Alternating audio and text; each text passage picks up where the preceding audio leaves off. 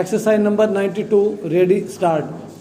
A bare perusal of the aforesaid sub-rule shows that when the respondent had failed to submit the explanation to the charge sheet, it was incumbent upon the inquiry officer to fix a date for his appearance in the inquiry staff.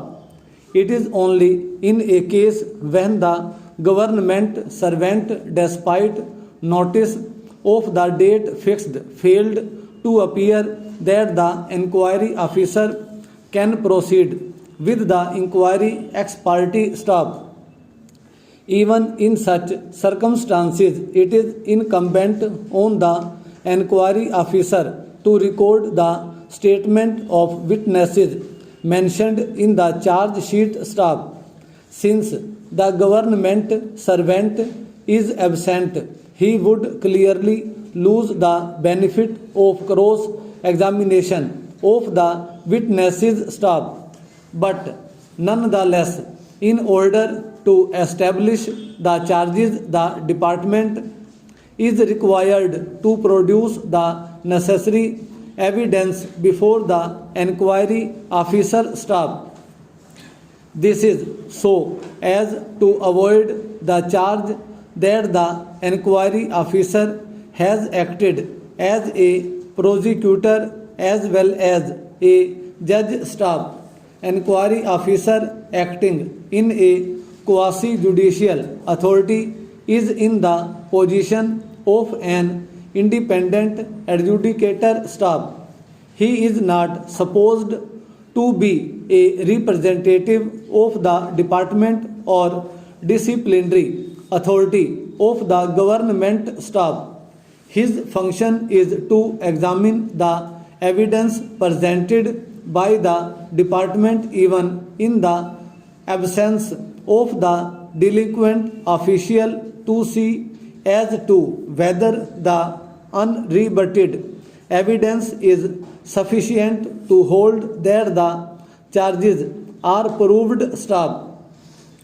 In the present case, the aforesaid procedure has not been observed staff.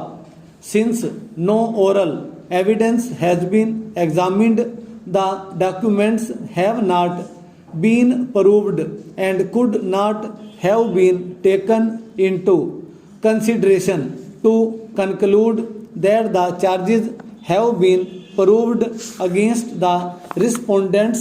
Full stop. Paragraph. Apart from the above, by virtue of Article 311 within bracket 2 of the Constitution of India, the departmental inquiry had to be conducted in accordance with rules of natural justice staff. It is a basic requirement of rules of natural justice that an employee be given a reasonable opportunity of being heard in any proceeding which may culminate in a punishment being imposed on the employee staff. When a department inquiry is conducted against the government servant, it cannot be treated as a casual exercise staff. The inquiry proceedings also cannot be conducted with a closed mind staff. The inquiry officer has to be wholly unbiased staff. The rules of natural justice are required to be observed to ensure not only that justice is done but is manifestly seen to be done staff. The object of rules of natural justice is to ensure that a government servant is treated fairly in proceedings which may culminate in imposition of punishment including dismissal or removal from service. Stop. Paragraph.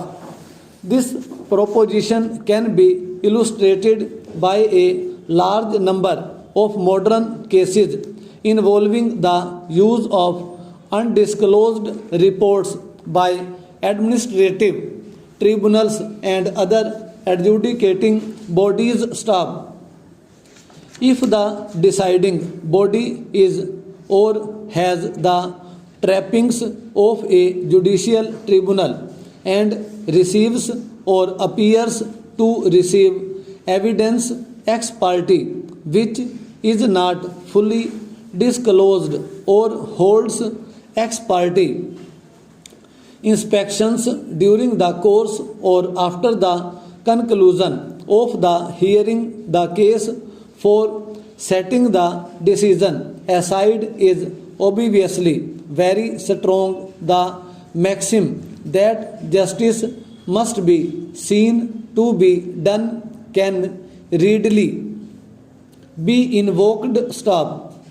In our opinion, the aforesaid maxim is fully applicable in the facts and circumstances of this case. Full stop. Para. As noticed earlier, in the present case, not only the respondent has been denied access to documents sought to be relied upon against him, but he has been condemned unheard as the enquiry officer failed to fix any date for conduct of the enquiry. Stop. In other words, not a single witness has been examined in support of the charges levelled against the respondent. Stop.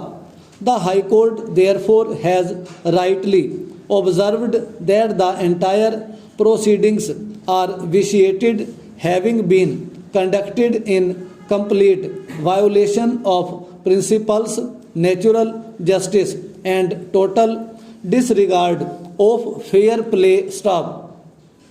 The respondent never had any opportunity at any stage of the proceedings to offer an explanation against the allegations made in the charge sheet. Full stop. Paragraph. This court in the case of Kashinath versus Union of India within bracket 1986 had clearly stated the rationale for the rule requiring supply of copies of the documents sought to be relied upon by the authorities to prove the charges levelled against a government servant. Stop. In that case, the enquiry proceedings had been challenged on the ground that non-supply of the statements of the witnesses and copies of the documents had resulted in the breach of rules of natural justice. Stop. The appellant therein had also requested for supply of the copies of the documents as well as the statements of the witnesses. Preliminary enquiry. Full stop. The principle of law says that a government employee who is facing any departmental inquiry is entitled to all the relevant files, statements, documents, and other materials which could help him to have a reasonable opportunity to prove himself not guilty of the charges so framed against him. Stop. It is his right to get copies of all the documents available. Stop.